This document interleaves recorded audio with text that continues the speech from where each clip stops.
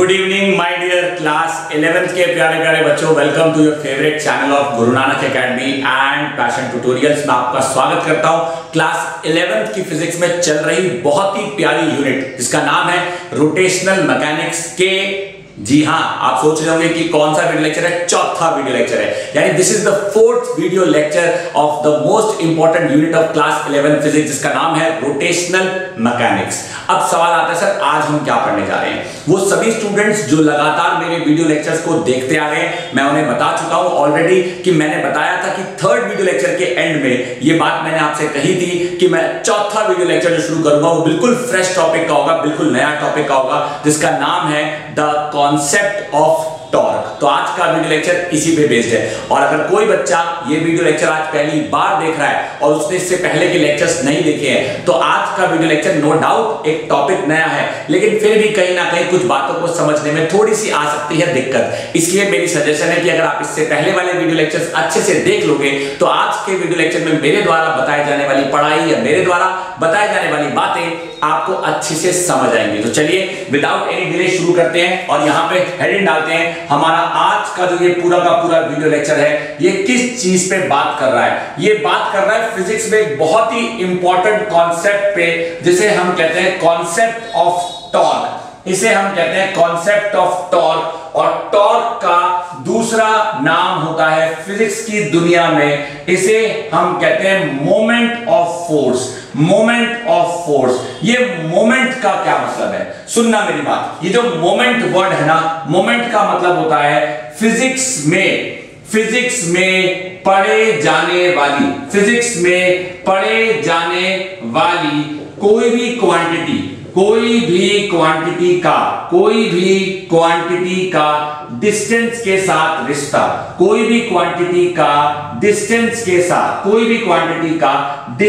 के साथ रिश्ता। बिल्कुल सही। अभी आगे चल के हम एक टॉपिक और पढ़ते हैं, डिस्टेंस के साथ रिश्ता। अब डिस्टेंस के साथ ये कैसा रिश्ता होता है ये मुझे आपको समझाना है, लेकिन आगे जाके इसी यूनिट में हम एक और टॉपिक पढ़ते हैं जिसे हम कहते हैं moment of inertia. Moment of inertia, आज हम पढ़ रहे हैं moment of force. Moment of inertia एक ऐसा टॉपिक है जो पढ़ा जाएगा इसी यूनिट के नेक्स्ट भाग में, इसी यूनिट के भाग 2 में, यानी इस यूनिट का जो पार्ट 2 है उस पार्ट 2 का नाम ही यही है, मोमेंट ऑफ इनर्शिया। लेकिन सर आज हम पढ़ रहे हैं फोर्स का मोमेंट, आगे चल क्या पढ़ोगे? इनर्शिया का मोमेंट। अरे कम से कम मोमेंट वर्ड का मतलब तो समझा दो। तो मोमेंट वर्ड का मतलब होता है फिजिक्स में किसी भी क्वांटिटी का रिश्ता अगर डिस्टेंस के साथ निकाला जाए, या ये पता लगाया जाए कि वो क्वांटिटी जब डिस्टेंस के साथ मिलकर काम करेगी, हाँ सुनो मेरी बात, वो क्वांटिटी जब डिस्टेंस के साथ मिलकर काम करेगी तो क्या असर आएगा? एक बच्चा बोला सर मैं कुछ समझा नहीं, मुझे एक एग्जांपल दो। एग्जांपल बहुत सारे हैं, एक छोटे से एग्जांपल से शुरू करता हूं, उसके बाद सीधा मैं आपको कॉन्सेप्ट ले जाऊंगा। आपने मैंने हमारी डे टू डे लाइफ में कभी ना कभी कोई ना कोई जगह पे या किसी ना किसी जगह पे पेच कस को जानते हैं? पेच कस जिसे इंग्लिश में कहते हैं स्क्रू ड्राइवर, और एक नट होता है नट जिसे हम खोलने की कोशिश करते हैं। आपने मैंने अक्सर हमारी लाइफ में पेच कस का इस्तेमाल करके, स्क्रू ड्राइवर का इस्तेमाल करके कोई ना कोई नट जरूर ओपन किया है। और इस तरह से आपने देखा होगा एक और डिवाइस होता है, अगर आपने देखा होगा इस तरह से एक और डिवाइस होता है जिसे हम हिंदी में अक्सर चाबी कहते हैं, इंग्लिश में इसे रेंच कहा जाता है। इंग्लिश में इसे रेंच कहा जाता है, इंग्लिश में इसे रेंच कहा जाता है। अब सपोज कीजिए कि मेरे पास कोई नट बोल्ट है, मान लीजिए मेरे पास कोई एक नट है, फॉर एग्जांपल लेट अस से कि ये हमारे पास एक नट है, for example this is a nut, या इसको हम एक काम करते हैं, ये ऐसे ऐसे और ऐसे ऐसे और इस तरह से, ये इस तरह से कोई नट है। अब इस नट पे मैं क्या करूंगा, ये रेंच फंसाऊंगा और इस नट को खोला जा सकता है। ये नट तो आपने देखा होगा, इस तरह से कई सारी जगहों पे नट बोल्ट होते हैं, ये इस तरह से, ये एक नट है, इसे इंग्लिश में क्या बोलते हैं? Nut bolt. नट बोल्ट को ओपन किया जाता है, नट बोल्ट को ओपन किया जाता है with the help of wrench, और इस तरह से एक स्क्रू ड्राइवर होता है, आपने देखा होगा इस तरह से, ये इस तरह से, ये स्क्रू, बिल्कुल सही है, इस तरह से, इसे हम कहते हैं स्क्रू, इसे कहते हैं स्क्रू। स्क्रू को ओपन किया जाता है, स्क्रू को ओपन किया जाता है, स्क्रू को ओपन किया जाता है with the help of screw driver, जिसे हिंदी में हम पेच कस कहते हैं, और इसे हिंदी में कभी कभी चाबी कहा जाता है। जी हां, ये चाबी है, नट बोल्ट खोलने की चाबी, और ये पेचकस खोलने के लिए या पेच को खोलने के लिए इस स्क्रू को हिंदी में हम पेच कहते हैं, अब एक बच्चा बोला, सर ये सारे एग्जांपल आप क्यों दे रहे हो? Why are you giving these examples? अब आपको मैं बताता हूं कि मैं ये सारे एग्जांपल क्यों दे रहा हूं।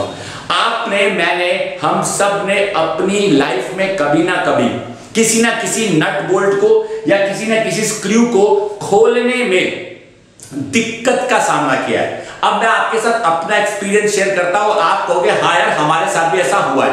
कई बार ऐसा हुआ होगा कि किसी एक प्रकार के नट बोल्ट को किसी एक प्रकार की चाबी से आप नहीं खोल पाए होंगे, और आपने नोटिस किया होगा कि ताकत तो आप लगा रहे हो, पेचकस को खोलने के लिए भी आप ताकत लगा रहे हो, या तो आपको पेचकस छोटा पड़ रहा है, मतलब कि उसकी लेंथ जो है वो छोटी है, आप कहोगे कि बड़ा पेचकस होगा तो मैं अच्छे से खोलूंगा, और जो चाबी है, जो रेंच है, वो भी अगर मान लीजिए बड़ा होगा तो आप आसानी से खोलोगे। आपने देखा होगा कि इस तरह के नट बोल्ट को खोलने के लिए हम लोग रेंच का इस्तेमाल करते हैं। ये रेंच की जो लेंथ है, ये लेंथ जितनी अच्छी होगी उतना अच्छा इसे घुमाना पॉसिबल होगा। अक्सर आपने देखा होगा, अरे अगर आपने अपनी लाइफ में ऐसे एग्जाम्पल्स नहीं देखे हैं तो चलो एक काम करते हैं, मैं कुछ आपको ऐसी एक्टिविटीज दिखाता हूं या कुछ ऐसे क्लिपिंग्स दिखाता हूं जिन क्लिपिंग्स को दिखाने के बाद आपको एक चीज पता चल जाएगी। इनफैक्ट आपको ये पता चल जाएगा कि एग्जैक्टली मैं आपको समझाने की क्या कोशिश कर रहा हूं। तो पहले एक बार आप इन क्लिपिंग्स पे नजर डालो, फिर मैं लौट कर आता हूं। जरा एक बार बच्चों नजर आए। स्टूडेंट्स, तो आपको मैं जैसा कि बोल चुका हूं कि कुछ ऐसी चीजें दिखा रहा हूं जहां से आपके लिए मेरे द्वारा आपको टॉर्क समझाना आसान हो जाएगा। ऐसा जो है आपने अपनी लाइफ में कई बार एक्सपीरियंस किया, कोई ये पहली बार नहीं है। और इस समय आप जो यहाँ देख रहे हैं, बिल्कुल सही, मैं चाहूंगा कि कैमरा में ये चीज आपको नजर आए अच्छे से। तो आप देख रहे हैं कि मेरे ठीक सामने यहाँ पे बहुत सारे पेचकस हैं, और आप नोटिस करेंगे पेचकस हिंदी में कहते हैं, इंग्लिश में इन्हें कहते हैं स्क्रू ड्राइवर, और मैंने अलग अलग साइज के लिए हैं। द क्वेश्चन अराइजेस कि भाई अलग अलग साइज के स्क्रू ड्राइवर क्यों बनाए जाते हैं। और आप एक चीज नोटिस करोगे, हर स्क्रू ड्राइवर का जो आपका आउटर एज होता है, यानी जो ये वाला एज होता है, ये डिफरेंट काइंड ऑफ स्क्रू के लिए बना है। यानी एक बात तो पक्की है कि हर स्क्रू ड्राइवर हर प्रकार के पेच को नहीं खोल सकता। अब मेरे सामने मेरे दीवार पे आप देखेंगे, मैं चाहूंगा कि कैमरा इस तरफ आ जाए, और भले ही आपको मेरा चेहरा नजर आए ना आए, लेकिन जो मैं कर रहा हूं आपको नजर आना चाहिए। अब अगर आप ये नट बोल्ट की बात करें, अगर मैं इस नट की बात करूं, इस नट को मैं छोटे से स्क्रू ड्राइवर से अगर खोलने की कोशिश करता हूं तो थोड़ा सा डिफिकल्ट है। एक बच्चा कहता है, सर क्यों आप ताकत नहीं लगा रहे? बच्चों, ताकत पूरी है, ताकत means force, but this distance, ये जो डिस्टेंस है, ये वाला डिस्टेंस मेरे लिए इफेक्टिव नहीं है इसमें रोटेशन पैदा करने के लिए। तो मैं और ताकत लगाने की कोशिश करूंगा, और ताकत, इससे काम नहीं बना, हटा देते हैं इसको। इससे कोशिश करते हैं, इससे भी काम नहीं बना। अब एक काम करते हैं, सीधे ऐसे पे आते हैं जिस चीज के लिए ये बना है। तो अब आप नोटिस करेंगे कि जब मैंने ये वाला लगाया तो कितने अच्छे से, मैं चाहूंगा कि कैमरा में ये चीज साफ साफ आपको नजर आए, दैट बहुत इजीली ये रोटेशन इफेक्ट आ गया। इसका मतलब ये हुआ कि इस रोटेशनल इफेक्ट को लाने के लिए ये डिस्टेंस बहुत मैटर करता है। यहां दो चीजें काम कर रही हैं, एक ये डिस्टेंस मैटर कर रहा है, और एक मेरे हाथों से लगने वाला फोर्स मैटर कर रहा है। सो आपको मेरी आवाज सुनाई दे रही होगी, भले ही मैं नहीं दिखाई दे रहा हूं, लेकिन आप नोटिस कर रहे हैं कि जब मैं अपने हाथों से इसे घुमा रहा हूं तो रोटेशनल इफेक्ट आ रहा है। आओ यही सेम चीज यहां लाने की कोशिश करता हूं। जब यही सेम चीज यहां लाने की कोशिश करूंगा तो आप नोटिस करेंगे कि आसानी से इसके अंदर भी ये रोटेशनल इफेक्ट आ सकता है। सेम चीज यहां पर भी ये रोटेशनल इफेक्ट आसानी से लाया जा सकता है, just because this distance plays a very very important role. एक बच्चा कहता है इसका मतलब घुमाने में घुमाने वाले की ताकत इतनी मैटर नहीं करेगी। जी हां, घुमाने वाले की ताकत इतनी मैटर नहीं करेगी जितना घुमाना और डिस्टेंस दोनों का कॉम्बिनेशन मैटर करेगा।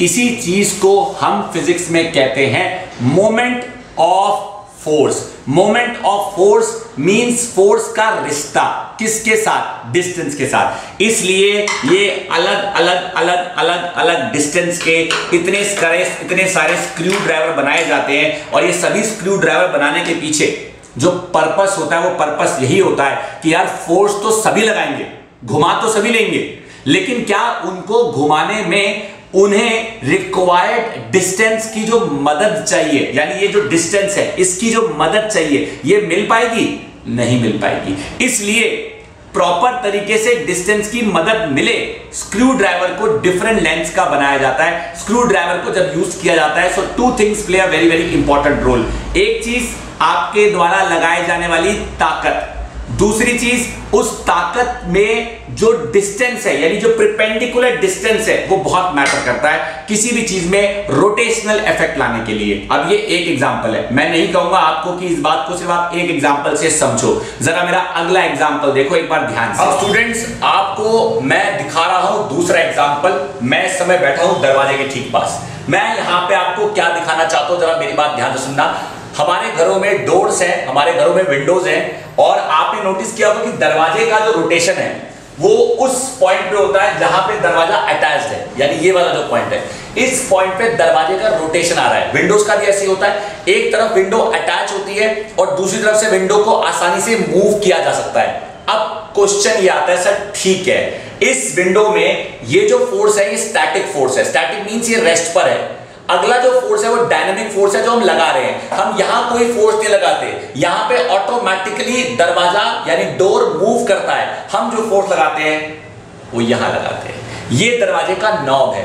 अब हम फोर्स कौन सा लगाते हैं आप मुझे बताओ?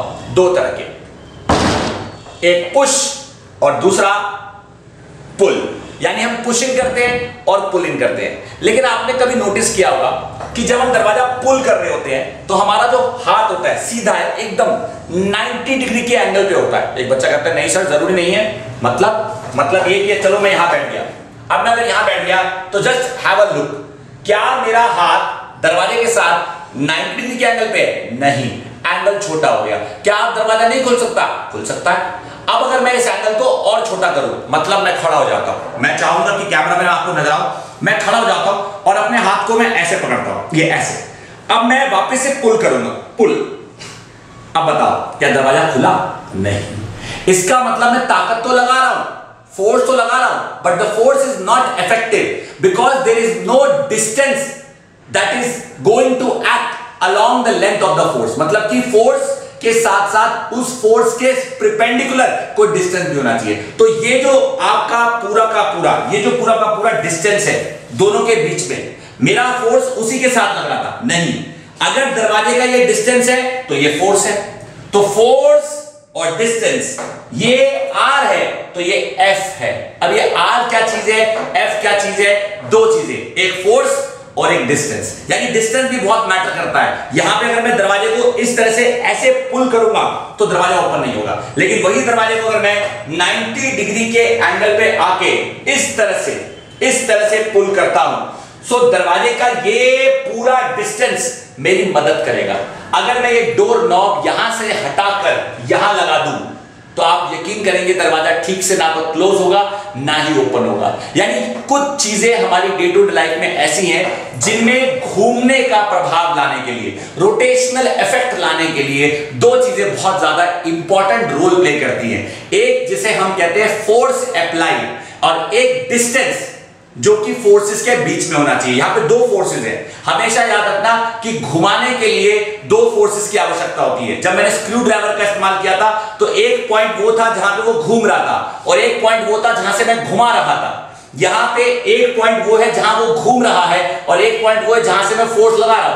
तो रोटेशनल इफेक्ट लाने के लिए दो फोर्सेस की जरूरत होती है। या तो दोनों फोर्सेस एक साथ काम करें या एक रेस्ट पे रहे और दूसरा काम करे। ये कुछ एग्जांपल्स हैं, अभी सिर्फ और सिर्फ छोटी सी अंडरस्टैंडिंग दे रहा हूं, धीरे धीरे और समझ आएगा। आओ ले चलता हूं अगले एग्जांपल। ये अगला एग्जांपल अगर आप देखेंगे, तो एक बस के टायर को खोलने के लिए जो यहाँ पे फोर्स लगाया जा रहा है, जी हाँ, ये फोर्स थोड़ा डिफिकल्ट है, लेकिन अब आप नोटिस करेंगे कि परपेंडिकुलर डिस्टेंस देखिए कितना बड़ा हो गया है। जी हाँ, ये देखिए कितनी आसानी से इनके लिए खोलना ईजी हो जाता है जब कभी इनके पास एक अच्छा खासा लीवर होता है। ये देखिए, ये देखो, ये दोनों तरफ से फोर्सेस लग रहे हैं, दोनों तरफ से, इसलिए डुअल फोर्सेस आर रिक्वायर्ड। एक जहां से आप पकड़ बना सकते हो और दूसरा जहां से आप घुमा सकते हो। जी हाँ, आई होप मेरे प्यारे प्यारे 11th क्लास के बच्चों कि मैंने आपको जो ये एग्जांपल्स दिए, ये एग्जांपल्स समझकर या एग्जांपल्स देखकर आपको एक आइडिया लग गया होगा कि मैं बात किस चीज के बारे में कर रहा हूं। मैंने अभी तक समझाया कुछ नहीं है, तो आप ये मत सोचना कि मैं आपको ये कह रहा हूं कि एग्जांपल से समझ जाओ कि टॉर्क क्या होता है। नहीं, मैं इन सब एग्जाम्पल्स को इसलिए दिखाना चाहता था क्योंकि मैं इन सब के बारे में बातें करूंगा, और अगर मैं बिना एग्जाम्पल दिखाए बातें करता तो शायद आपको ज्यादा ही कुछ इमेजिन करना पड़ता। तो चलिए सीधा मुद्दे की बात करता हूं कि टॉर्क है क्या। तो टॉर्क एक फिजिकल क्वांटिटी है फिजिक्स में, जो ये कहती है कि I am a physical quantity that brings about a rotational effect, यानी किसी चीज के घूमने का असर। एक बच्चा कहता है सर ऐसे तो चंद्रमा भी पृथ्वी के चक्कर काट रहा है, चंद्रमा भी घूम रहा है, तो क्या चंद्रमा को पृथ्वी घुमा रही है? हाँ, चंद्रमा को पृथ्वी घुमा रही है, लेकिन मैं जिस घुमाने की बात कर रहा हूं वो अलग है। दो प्रकार का घुमाना होता है फिजिक्स में, एक जिसे हम कहते हैं पकड़ कर घुमाना, एक जिसे हम कहते हैं बिना पकड़े घुमाना। जी हाँ, पकड़ कर घुमाने और बिना पकड़ के घुमाने में फर्क है। जब आप पकड़ के घुमाते हो, फॉर एग्जाम्पल इस मार्कर का ये कैप, अगर मैं आपको कहता हूं कि एक ही हाथ से, मेरी बात सुनना, अगर मैं आपको कहता हूं एक ही हाथ से इस मार्कर का कैप ओपन करके दिखा दो, क्या आप कर सकते हो? नहीं कर सकते। एक बच्चा कहता है कर सकता हूं, कैसे करोगे? एक हाथ से तो आपने मार्कर पकड़ रखा है, इसका मतलब अगर मैं मार्कर यहां से पकड़ता हूं तो आपको इस हाथ से मार्कर का कैप घुमाना पड़ेगा।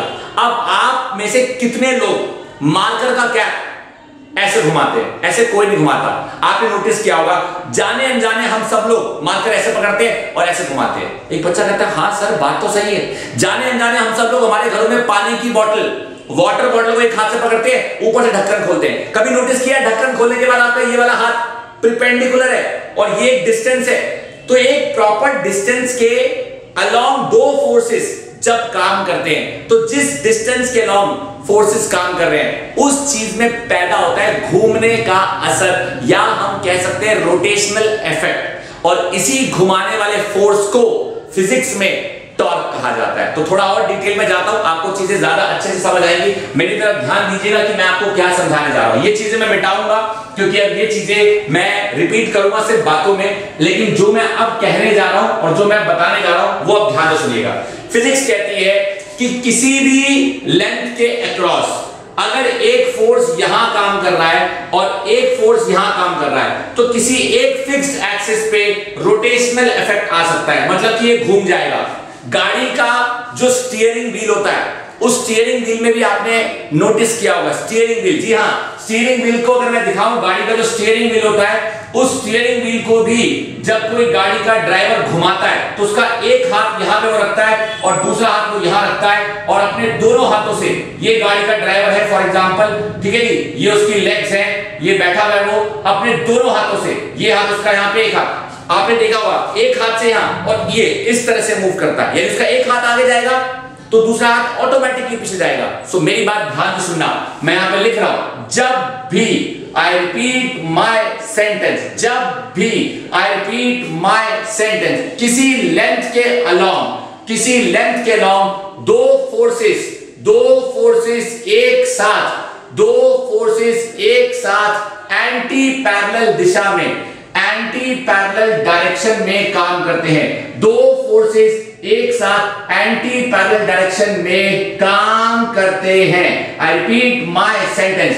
जब भी किसी लेंथ के लॉन्ग दो फोर्सेस एक साथ एंटी पैरेलल डायरेक्शन में काम करते हैं तो वो दोनों मिलकर, आई रिपीट माय सेंटेंस, वो दोनों मिलकर पैदा करते हैं, वो दोनों मिलकर पैदा करते हैं रोटेशनल इफेक्ट, वो दोनों मिलकर पैदा करते हैं रोटेशनल इफेक्ट। अब आपने गांव में लस्सी बनते तो देखा होगा, गांव में लस्सी कैसे बनती है आपने देखा होगा, पुराने जमाने में इस तरह से बनती थी, ये इस तरह से एक बड़ा सा मटका होता था और ये इस तरह से चर्नर कहते हैं इसे, चर्नर इंग्लिश में चर्नर कहते हैं, घुमाने वाला और यहाँ पे एक रस्सी बनती है और ये रस्सी यहाँ जाती है और एक रस्सी यहाँ जाती है, उसका एक हिस्सा यहाँ जाता है और एक हिस्सा यहाँ जाता है। यहाँ पे एक व्यक्ति होता है जो अपने हाथों से इसे पकड़ता है और यहाँ पे एक व्यक्ति होता है जो अपने हाथों से इसे पकड़ता है और ये इस तरह से घुमाई जाती है। अक्सर आप लोगों ने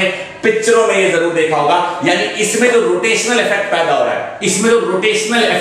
है, वो बिकॉज ऑफ दीज फोर्सेस पैदा हो रहा है जो एंटी पैरेलल दिशा में काम कर रहे हैं। तो फिजिक्स की दुनिया में किसी भी लेंथ के क्रॉस, किसी भी लेंथ पे एक प्रॉपर लेंथ होनी चाहिए। जो मैंने आपको दरवाजे का एग्जांपल दिया, ये दरवाजा है, अगर ये दरवाजा है तो दरवाजा इस तरफ अटैच्ड होता है, ये दरवाजे के, ये देखिए इस तरफ दरवाजा अटैच्ड है, ये दरवाजा यहां अटैच्ड है। अगर दरवाजा यहां पे अटैच है तो दरवाजे का हैंडल ये है, तो आप देखिए इस लेंथ के क्रॉस ये वाला फोर्स अंदर की तरफ काम कर रहा है और हैंडल से आप बाहर की तरफ पुल करेंगे या इस तरफ पुल करेंगे। जब आप इसे इस तरफ लगाएंगे फोर्स तो ये इस तरफ काम करेगा, आप इसे इस तरफ काम करेंगे तो ये इस तरफ काम करेगा। अब अगर आप ऐसे हो जाएंगे तो ये प्रॉपर रोटेशनल इफेक्ट पैदा नहीं कर पाएगा, क्योंकि दोनों फोर्सेस का एंटी पैरेलल होना बहुत जरूरी है किसी भी चीज में घूमने का असर पैदा करने के लिए। अब मैंने आपको कई सारे एग्जांपल दे दिए, मैंने बहुत सारे एग्जांपल दे दिए जिससे कि आपको यह पता चल गया कि फिजिक्स में टॉर्क क्या होता है। तो टॉर्क उस फोर्स का नाम है, टॉर्क उस फोर्स का नाम है जो किसी भी वस्तु में या किसी भी ऑब्जेक्ट में घूमने का असर पैदा कर सकता है। मैं यहां पे लिख रहा हूं, मेरी बात बहुत ध्यान से सुनना, ये कुछ एग्जांपल्स थे जो दिए गए हैं आपको समझाने के लिए। मैं यहां पे लिख रहा हूं, टॉर्क फिजिक्स की दुनिया में, आई repeat my sentence, torque physics की दुनिया में, टॉर्क फिजिक्स की दुनिया में उस फोर्स को कहा जाता है, उस फोर्स को कहा जाता है, टॉर्क फिजिक्स की दुनिया में उस फोर्स को कहा जाता है जो रोटेशनल इफेक्ट पैदा करता है, उस फोर्स को कहा जाता है जो रोटेशनल इफेक्ट पैदा करता है, जो रोटेशनल इफेक्ट पैदा करता है। And the formula of torque, I repeat my sentence, the formula of torque, I repeat my sentence, is the cross product, is the cross product, the formula of torque is the cross product of either force, कोई सा भी force, of either force and perpendicular distance between them, and perpendicular distance between them, यानी घूमने के लिए पहली condition दो force होने चाहिए, या तो दोनों एक साथ काम करें या कोई एक स्टैटिक रहकर काम कर सकता है। एग्जांपल देता हूं, फिर से एग्जांपल देता हूं। ये अगर मैं हटा दूं यहां पे, फिर से एग्जांपल देता हूं। एक पानी की बोतल को जब हम ओपन करते हैं, एक पानी की बोतल का जो कैप होता है, जब हम किसी भी बोतल का कैप ओपन करते हैं तो आप अपने हाथों से इस तरह से इस बोतल को होल्ड कर लेते हो, आप अपने हाथों से, और दूसरे हाथों से इस्तेमाल करके, दूसरे हाथों की उंगलियों का इस्तेमाल करके ढक्कन को ओपन करते हो, तो आपका एक फोर्स जो बॉटल को संभाल रहा है, जो फोर्स बॉटल को संभाल रहा है, बॉटल को संभाल रहा है, एक फोर्स जो बॉटल को संभाल रहा है और दूसरा फोर्स जो ढक्कन को यानी कि जो कैप को घुमा रहा है, इसका मैं आपको ऑलरेडी लाइव एग्जांपल दे चुका हूं। एक बच्चा कहता है क्या एग्जांपल दिया आपने लाइव? आपने तो कुछ और ही एग्जांपल दिए थे, क्यों आप भूल गए? ये देखो, इस मार्कर के कैप को अगर मुझे ओपन करना है तो क्या मैं एक हाथ से कर सकता हूं? एक बच्चा कहता है ये भी तो हाथ है, ये दूसरा हाथ नजर नहीं आ रहा, ये भी तो आप नोटिस करो, मैं ऐसे चाहूं तो ऐसे पकड़ सकता हूं, ऐसे चाहूं तो ऐसे पकड़ सकता हूं, लेकिन क्या ऐसे घुमा सकता हूं? कोशिश करने पे हो जाएगा, लेकिन प्रैक्टिकल दुनिया की बात करो कि प्रैक्टिकली हम लोग क्या करते हैं। प्रैक्टिकली किसी भी चीज में घूमने का असर ज्यादा अच्छा कब आता है? जब लगने वाले फोर्सेस परपेंडिकुलर हो, और जिस लेंथ पे वो लग रहे हैं वो लेंथ अगर बड़ी होती है तो रोटेशनल इफेक्ट और अच्छा आता है, जैसे कि मैंने आपको स्क्रू ड्राइवर का एग्जांपल दिया। सो टू थिंग्स आर इंपॉर्टेंट। अगर मैं टॉर्क के फॉर्मूले की बात करूं, कि टॉर्क का फॉर्मूला कैसे बनेगा, let us create the formula of torque. मैं ऑलरेडी लिख चुका हूं कि it is the cross product of the distance. मैं दोबारा लिख रहा हूं, as per definition, I repeat my sentence, torque is a name given to, torque is a name given to that force. I repeat my sentence, that force that brings about the rotational effect, that brings about the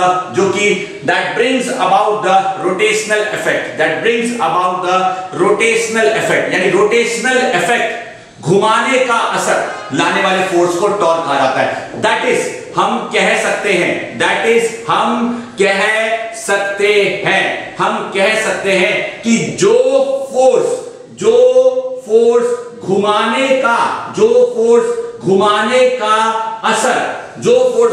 का असर पैदा करता है, घुमाने का असर या घुमाने का प्रभाव पैदा करता है, उसे कहते हैं टॉर्क। यानी टॉर्क का मतलब वो फोर्स जो घूमने का असर पैदा करता है। अगर मेरे पास ये एक लेंथ है और इस लेंथ में एक फोर्स यहां काम कर रहा है F1 और यहां फोर्स काम कर रहा है F2, और इस लेंथ को हम इसे कहते हैं R वो लेंथ है जिसके अलोंग फोर्स काम करेगा।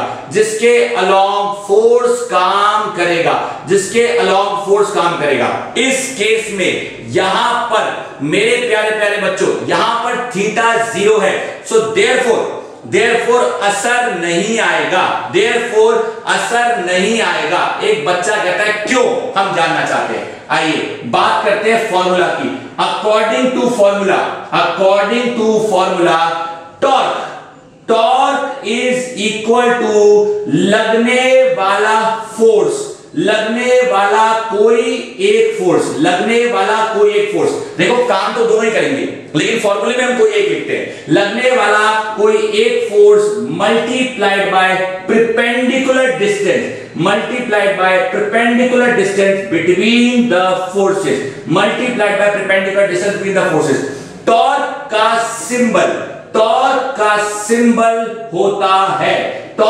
सिंबल होता है कुछ ऐसा, ये ऐसा ट जैसा, जो सीधा ट होता है वो ऐसा होता है। तो आपको ऐसा ट नहीं बनाना है, आपको ट ऐसा बनाना है। तो आपको हिंदी में ट बनाना चाहिए। इसे हम कहते हैं टाउ। टाउ सिंबल का नाम है।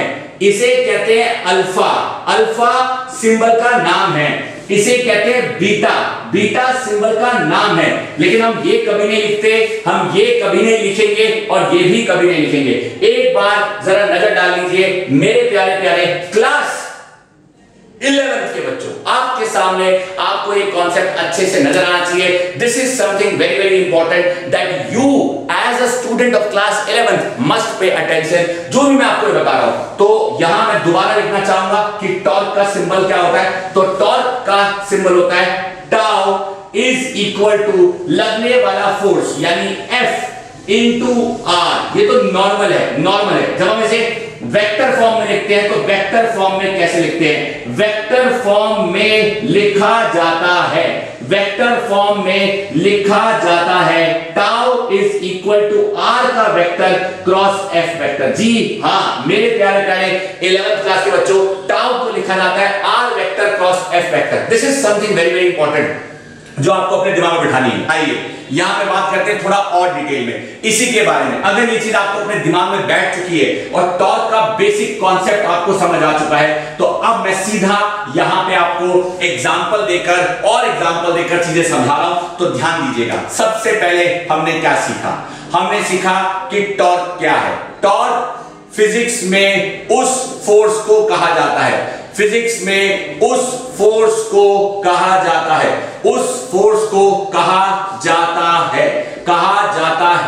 जो रोटेशनल इफेक्ट पैदा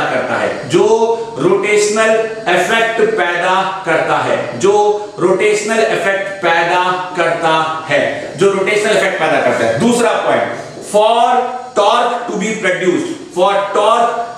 प्रोड्यूस्ड, टॉर्क पैदा करने के लिए, for torque to be produced two forces are required. दो फोर्सेस की जरूरत होती है। Two forces of equal magnitude. Unequal magnitude होगा तो भी चलेगा, लेकिन equal magnitude are required and they must, I repeat my sentence, and they must act in anti-parallel direction, and they must act in anti-parallel direction.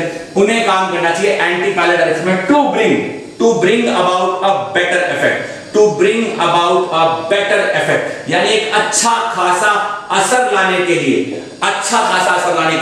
Anti parallel direction में काम करना चाहिए। एक यहां काम करे, एक यहां काम करे, तो अच्छा खासा घूमने का असर पैदा होगा, एक अच्छा खासा रोटेशनल इफेक्ट पैदा होगा। ये हो गया हमारा F1, ये हो गया हमारा F2, और यहां से लेके यहां तक AB, यहां से लेके यहां तक AB है, दोनों फोर्सेस के बीच का प्रिपेंडिकुलर डिस्टेंस, मेरे प्यारे 11th क्लास के बच्चों, एक बार जरा नजर डाल लीजिए, है मन में कोई सवाल तो आप मचाइए बवाल। This is something very important that you must pay attention my dear 11th class के बच्चों। अब बात करते हैं फॉर्मूले की, फॉर्मूला ऑफ टॉर्क का फॉर्मूला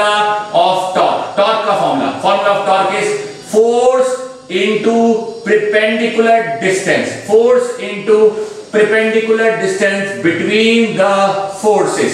आइए इन वेक्टर फॉर्म, अगर मैं वेक्टर फॉर्म में लिखता हूं, इन वेक्टर फॉर्म में tau is equal to R का vector cross F vector, so therefore tau is equal to R F sine theta, that is जब थीटा 0 होगा तब टाउ मिनिमम होगा, एंड जब थीटा 90 होगा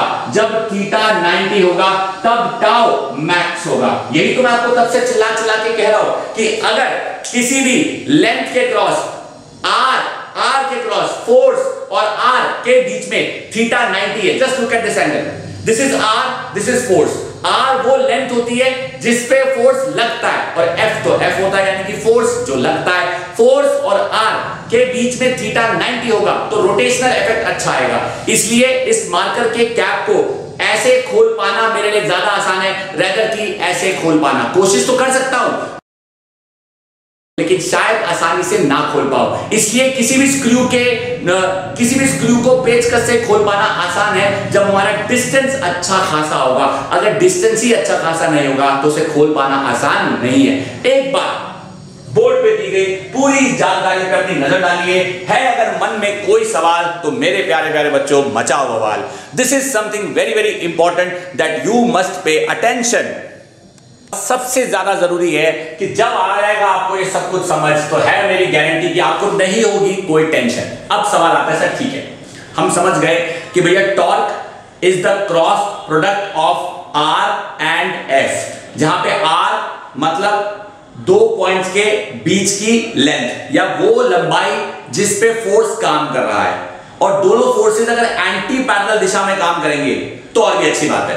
एक बच्चा बोला अगर फोर्स ही एंटी पैरेलल दिशा में काम ना करे, मतलब कि अगर फोर्स टेढ़ा काम करे, तो आओ जानते हैं उस सिचुएशन में क्या होता है। अगर मैं उसी चीज को यहां पे आपको समझाने की कोशिश करूं, so there are different cases of torque, यानी टॉर्क के अलग-अलग केस बनते हैं जो कि हमारे लिए समझना बेहद जरूरी है। अब वो केसेस क्या होते हैं आपको अभी समझ आ जाएगा, and this is something very important that you must pay attention. देखिए मेरे बच्चों, आइए 3 डिफरेंट केसेस ऑफ टॉर्क, मैं यहां पे लिख रहा हूं, ये चीज इंपॉर्टेंट है।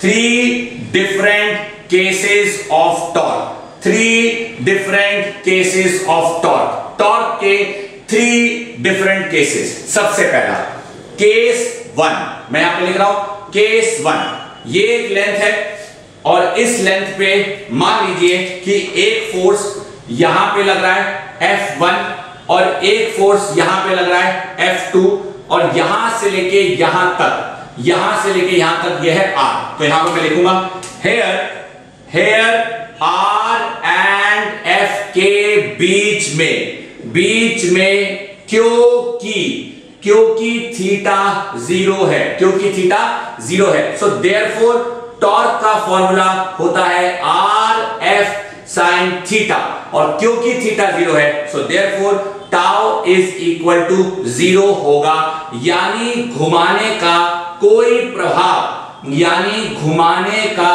कोई प्रभाव पैदा नहीं होगा, यानी घुमाने का कोई प्रभाव पैदा नहीं होगा, कोई प्रभाव पैदा नहीं होगा, घुमाने का कोई प्रभाव पैदा नहीं होगा। आओ बात करते हैं केस 2 की, बात करते हैं केस 2 की।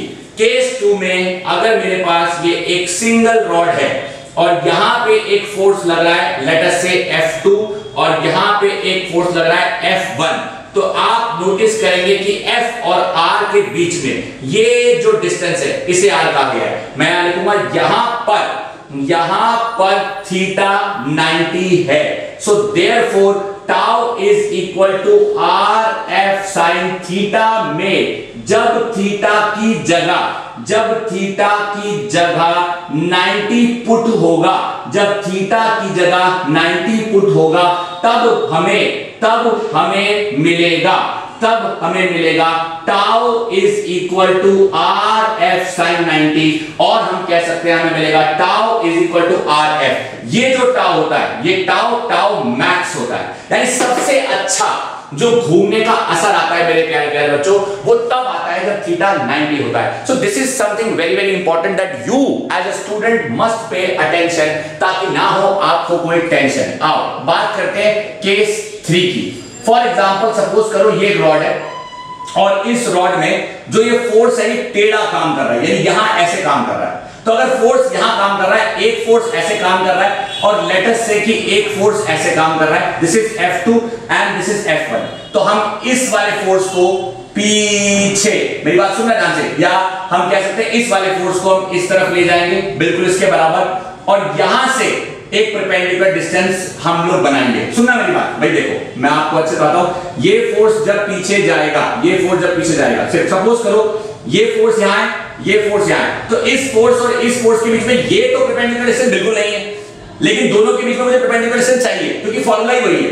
तो इनके बीच में अगर ये पॉइंट A है, ये पॉइंट B है और ये R है, फॉर एग्जांपल, तो हम ये मान रहे हैं कि ये फोर्स अगर यहां है, अगर ये भाई साहब यहां ना होकर यहां होते, तो इसके और इसके बीच में परपेंडिकुलर डिस्टेंस ये होता, तो इसे हमने परपेंडिकुलर का नाम दिया P1। तो मैं आप बोलूंगा since tau is equal to r f sin theta होता है, और we can say that tau is equal to f r sin theta। अब जरा नोटिस करो r sin theta क्या है। इस ट्रायंगल में अगर ये A है, अगर ये B है, अगर ये C है, तो मैं बोल सकता हूं in triangle ABC sin theta is equal to P by H, तो ये वो एंगल है जिस एंगल पे फोर्स काम कर रहा है। तो sin थीटा अगर P by H है, तो आपको साफ साफ दिख रहा है, एक मिनट रुकिए, मैंने इसको यहां ना बनाने की बजाय हम यहां बना सकते हैं। ये हमारे पास एक लाइन है, आपको दिखनी चाहिए, ये हमारे पास बेस हो गया, और ये हमारे पास ये वाली जो जगह, ये वाला एक पूरा का पूरा डिस्टेंस है। तो अगर मैं sin थीटा में P by H दिखाता हूं, तो it becomes out to be, हमारे पास आगे sin theta becomes P1 by R, सो P1 by R, यानी परपेंडिकुलर बटा हाइपोटेन्यूज आपको दिख जाएगा। तो ये थीटा जो मैंने पहले बनाया था वापस से क्रिएट कर रहा हूं, और ये हमारे पास 90 है, जैसा कि मैं पहले बना ही रहा था, परपेंडिकुलर और हाइपोटेन्यूज, तो P1 becomes R sin theta। If P1 becomes R sin theta, so this P1 can be put here and we can write tau is equal to F into P1। एक बच्चा कहता है sir इस बात को समझने में थोड़ी सी कंफ्यूजन हुई होगी, क्यों? क्योंकि आपको ऐसा लगा कि यार फोर्सेस तो टेढ़े काम कर रहे थे, उनके बीच में परपेंडिकुलर डिस्टेंस कैसे निकाल दिया। अब सुनो मेरी बात, ये रॉड तो सीधी थी, मतलब रॉड तो सीधी है, यहां पे काम करने वाला फोर्स ऐसे नहीं काम कर रहा था और ये ऐसे काम नहीं कर रहा था। सुन लो ध्यान से, मैं दोबारा समझा रहा हूं। फॉर एग्जांपल सपोज करो ये मेरी उंगली एक फोर्स है और ये मेरी उंगली दूसरी फोर्स है। Look at this force is now acting like this and this is acting like this, यानी ये फोर्स जो तो पहले ऐसे काम कर रहा था वो वैसे काम कर रहा है। तो हमने क्या किया, इस फोर्स और ये फोर्स अब ऐसे नहीं है, ऐसे है, इन दोनों के बीच में परपेंडिकुलर डिस्टेंस फाइंड करने के लिए इसको इसके बराबर रख दिया कि मान लो बी वाला पॉइंट यहां ना होकर यहां होता तो डिस्टेंस ये होता, तो फॉर्मूले में क्या आ गया, tau is equal to F into p1। अब p1 क्या है, r sin थीटा। कैसे आया, आपके सामने। हालांकि आपसे कोई ये चीज ऐसे नहीं पूछेगा, ये चीज काम आती है। मैं आपको बता दूं बच्चों, टॉर्क का टॉपिक सबसे ज्यादा अप्लाई करने वाला टॉपिक है। मतलब हम अभी जो बातें पढ़ेंगे उन पे क्वेश्चन आएगा, लेकिन ये सारी बातें जो हम 11th क्लास में पढ़ेंगे वो आपसे 11th क्लास के तरीके से 12th क्लास में नहीं पूछी जाएंगी, लेकिन 12th क्लास में फॉर्मूलाज अप्लाई जरूर किए जाएंगे। यानी टॉर्क का टॉपिक जो हम पढ़ते हैं वो वैसे का वैसा ही 11th में काम आता है, 11th में पूछा जाता है, लेकिन टॉर्क का टॉपिक जो हम 11th में पढ़ते हैं उस पे बेस्ड कॉन्सेप्ट हमें 12th में पढ़ाया जाता है। तो I hope these three diagram, these three cases are very much clearly and understandable, आपको समझ आया होगा। आइए एक छोटी सी बात और ये आखिरी बात आपको बताऊंगा, क्योंकि ये बात बताते ही खत्म हो जाएगा हमारा टॉर्क का इंट्रोडक्शन। हाँ, ये इंट्रोडक्टरी टॉपिक था। ये पूरा वीडियो लेक्चर मैंने सिर्फ टॉर्क का मतलब समझाने लगा दिया। आइए मैं यहां पे लिख रहा हूं, since tau is equal to R F sine theta, और हम लिख सकते हैं tau is equal to R का वेक्टर क्रॉस एफ का वेक्टर। यानी अगर ये आई कैप हुआ और अगर ये जे कैप हुआ तो भाई पक्का ये के कैप होगा। अगर ये जे कैप हुआ, अगर ये के कैप हुआ तो ये पक्का आई कैप होगा। ये चीज आपको पता होनी चाहिए। अगर ये के कैप हुआ और ये आई कैप हुआ तो ये पक्का जे कैप होगा। ये आपको पता है कि अगर आई जे से क्रॉस होगा तो के कैप आएगा, लेकिन अगर ये जे कैप हुआ और ये आई कैप हुआ तो आंसर माइनस के कैप आएगा।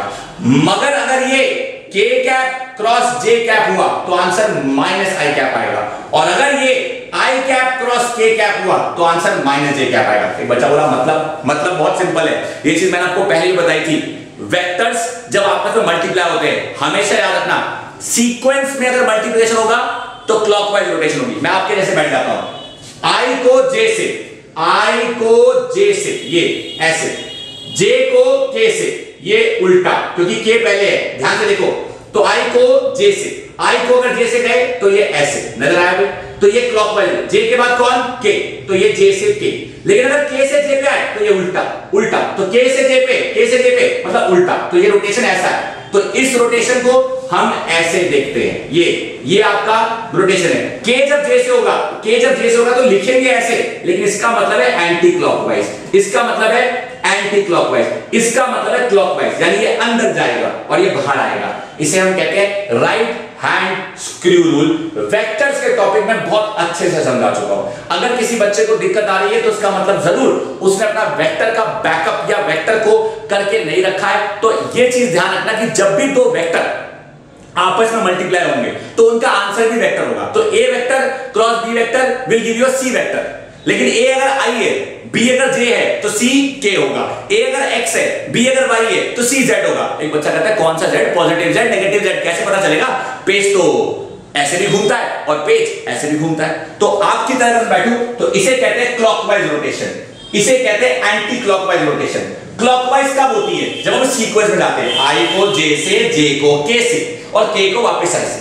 लेकिन आई को जे से क्रॉस करने की बजाय अगर जे को आई से क्रॉस करे तो एंटी क्लॉकवाइज रोटेशन। ये चीज आपको पता होनी चाहिए और समझ आनी चाहिए। बात करते हैं यूनिट की, यानी अगर मैं बात करूं यूनिट की तो यूनिट के लिए मैं लिखूंगा tau is equal to R F. तो ये हमने लिखा आर एफ साइन थीटा।